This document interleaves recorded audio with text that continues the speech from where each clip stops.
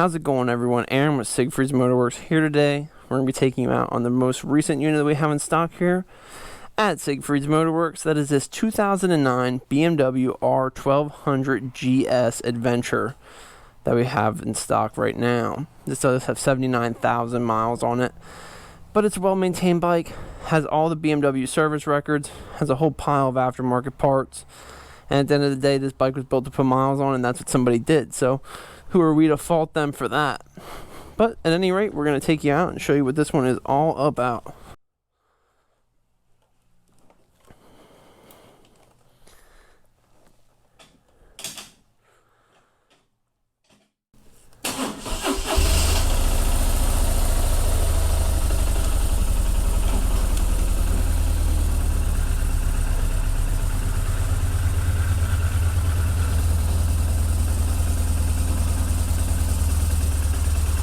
Just wiggle this thing out of the showroom here real quick.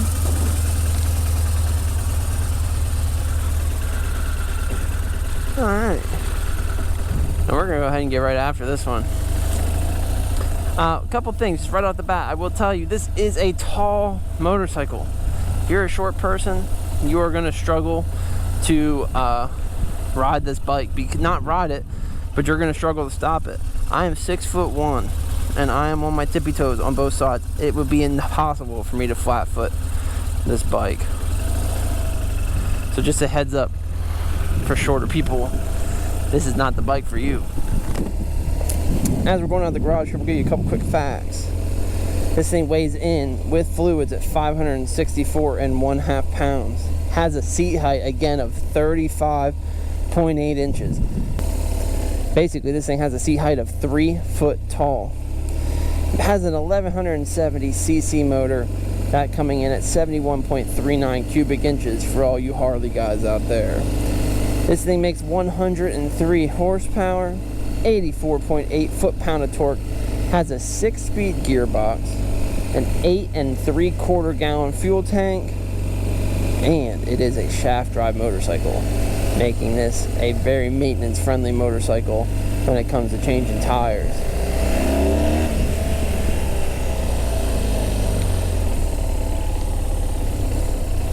So when you're looking at the 2009 BMW R1200GSA, there are a couple of things to consider with this bike.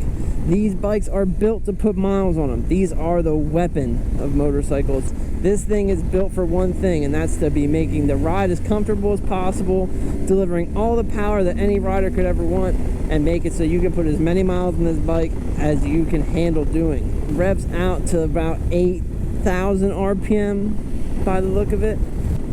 This thing is powered by a Boxer twin-cylinder motor. So instead of having a V with one in the front, one in the back, or left to right like Moto Guzzi does, this thing's putting the cylinders left and right out the sides of the bike.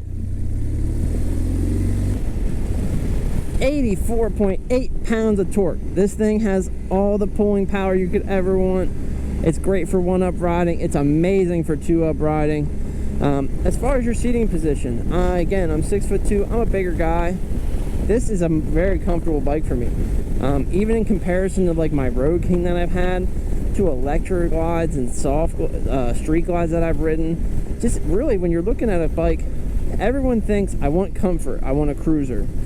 Yeah, cruisers are really comfortable bikes, but even on that electric glide, even on that Softail, even on that street glide, on that Indian Chieftain, on that Vulcan, even the Vaquero, it's still not a very comfortable bike.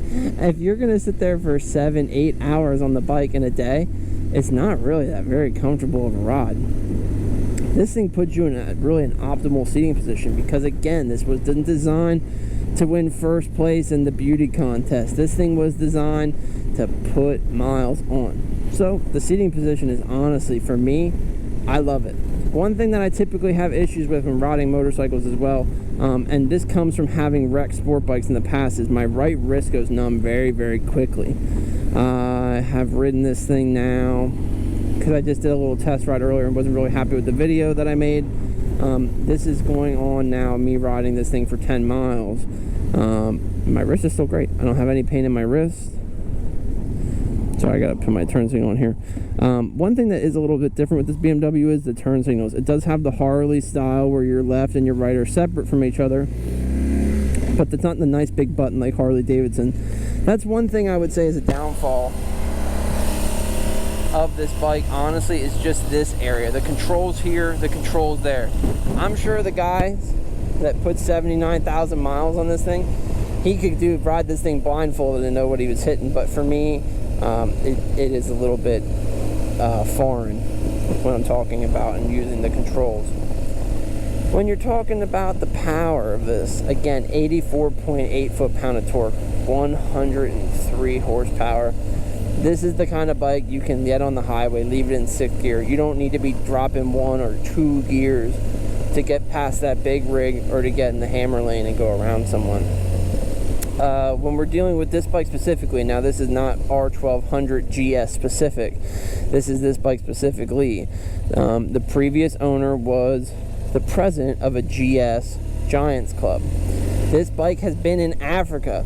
This bike has been in Alaska. This bike has seen the entire United States of America.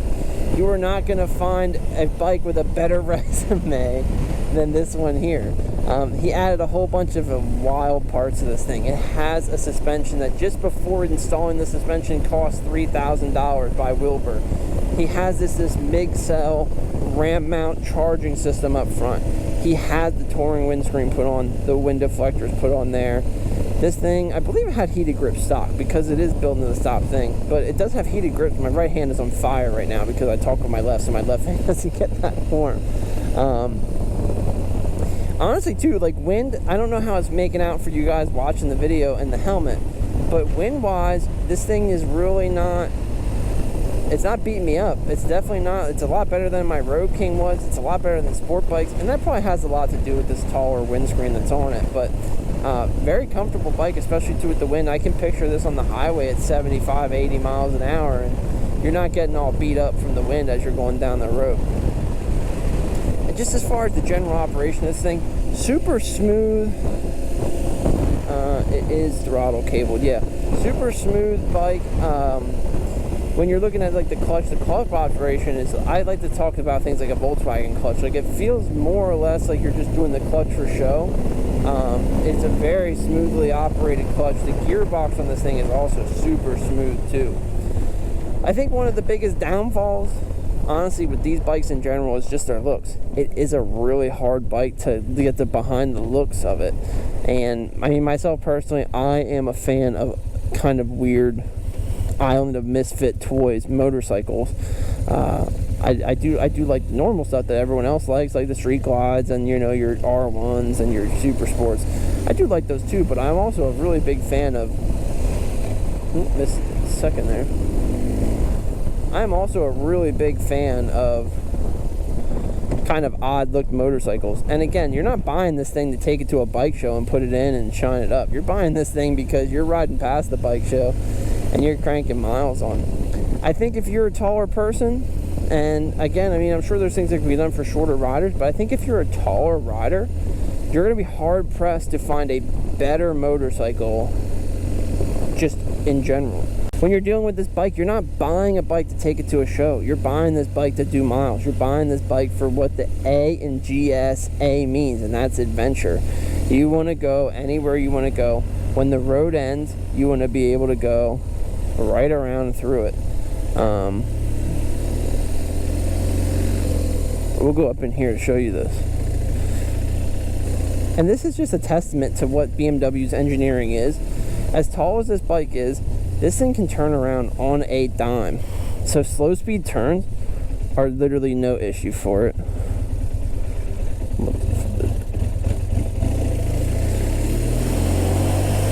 And part of that is why now, if you pay attention to what motorcycles, the state police in your area ride, most of your police departments are actually getting away. Typically before, you would see an Electra Glide or an Ultra Glide or even a Road King in some cases that they upfitted and made police bikes. Nowadays, most of your police motorcycles are BMW K1600s or the 1200 model. And now what you're getting difference between like a BMW K and a BMW like this RGS is those bikes are really just highway mile pounder bikes. While this can do the highway, this is also capable of going off-road. You wouldn't want to take your BMW K1600 off-road and try and ride it on trails. That's not what that bike's built for. So again, if you are looking for a weapon of a motorcycle, you're looking for a bike. Sorry, I grabbed the front brake there a little bit too heavy.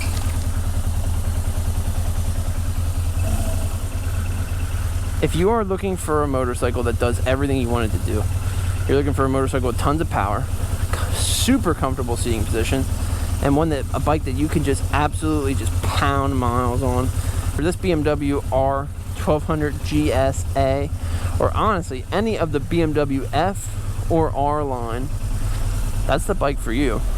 So if you made it with me this far, thank you so much for watching. If you can, leave a comment. Let me know what you think of this BMW R1200GS Adventure.